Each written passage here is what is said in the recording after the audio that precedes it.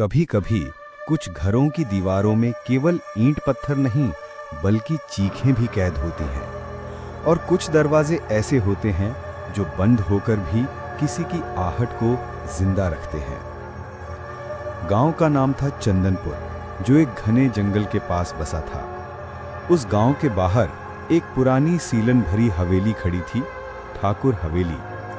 80 सालों से वीरान खंडहर जैसी दिखने वाली वो हवेली एक रहस्य थी। कहते हैं रात को वहां से चीखें आती हैं, दरवाजे अपने आप खुलते बंद होते हैं और कोई अनजानी परछाई खिड़कियों के पास टहलती है। आरव, एक 25 साल का लड़का जो शहर से गांव में रिसर्च के लिए आता है, उसे प्राचीन भवनों पर डॉक्यूमेंट्री बनानी थी। जब उसे ठाकुर हवेली के बारे में पता चला तो उसकी जिज्ञासा और भी बढ़ गई। गांव वाले उसे मना करते हैं।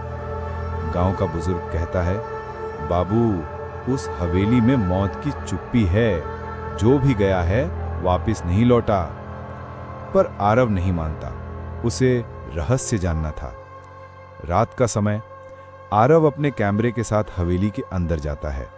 दरवाजा खुद ब खुद चरमरा के खुलता है। अंदर सीलन की बदबू, जाले और टूटी फूटी दीवारें। लेकिन जैसे ही वो अंदर घुसता है, उसकी टॉर्च अपने आप बंद हो जाती है और तभी एक औरत की धीमी आवाज आती है, तुम आ गए। आरव चौंक जाता है। टॉर्च जलती है, कोई नहीं है। कैमरा ऑन करता है, लेकिन स्क्रीन ब्लैंक हो जाती है। चारों तरफ अजीब सी सरसराहट, मानो कोई पास में चल रहा हो। रात में आरव को एक सपना आता है।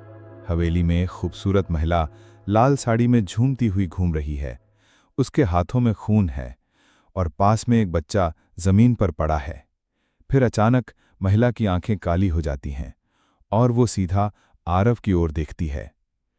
आरव चिल्लाकर उठता है। अगले दिन आरव गांव के पंडित जी से मिलने जाता है। पंडित, उस हवेली में राजेश्वरी देवी की आत्मा है। वो कभी ठाकुर की पत्नी थी।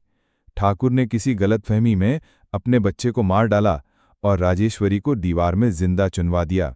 अब उसकी आत्मा वहीं भटकती है। उसे इंसाफ चाहिए। आरव तय करता है कि वो उस आत्मा की सच्चाई दुनिया को दिखाएगा। वो दोबारा हवेली जाता है, इस बार कैमरे और माइक्रोफोन के साथ। हवेली के अंदर पहुंचते ही कैमरा एक चेहरा रिकॉर्ड करता है। सफेद आंखें, खून से सना चेहरा और गले में झूलती चूड़ियां। कैमरा बंद हो जाता है, मगर आरव डरता नहीं। एक मूक क्षण और फिर कमरे में हवा तेज बहने लगती है। खिड़कियां जोर से बजने लगती हैं। आरव चिल्लाता है, अगर तुम चाहती हो कि तुम्हें इंसाफ मिले तो मुझसे बात करो। धीरे धीरे सामने धुंध सी बनती है और राजेश्वरी की आत्मा प्रकट होती है। राजेश्वरी, मेरी हत्या हुई थी। मेरा बच्चा मारा गया। मुझे इंसाफ चाहिए। मेरी अस्थियां हवेली के तहखाने में हैं। उन्हें मुक्त करो। आरव तहखाने की ओर बढ़ता है। नीचे उतरते ही दीवारों पर खून के निशान दिखाई देते हैं और एक कोने में दीवार के पीछे एक कंकाल, महिला की लाल चूड़ियां और एक छोटे बच्चे की खोपड़ी।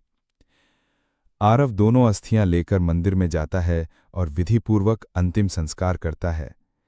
जैसे ही अंतिम क्रिया पूरी होती है, हवेली से एक तेज रोशनी निकलती है।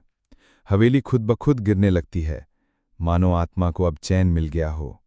राजेश्वरी की आत्मा हवा में घुल जाती है, चेहरे पर शांति और आंखों में आंसू। राजेश्वरी धीमी आवाज में, धन्यवाद। आरव गांव से निकलता है। उसकी डॉक्यूमेंट्री का टाइटल होता है, भूत नहीं, इंसाफ की पुकार थी। और तब नरेटर की आवाज आती है, हर आत्मा बुरी नहीं होती। कुछ आत्माएं न्याय की तलाश में होती हैं और जब तक उन्हें वो नहीं मिलता, वो भटकती रहती हैं सीलन भरी हवेलियों में। अगर आपको ये कहानी पसंद आई हो तो वीडियो को लाइक करें, चैनल को सब्सक्राइब करें और कमेंट में बताएं कि अगली डरावनी कहानी किस विषय पर हो।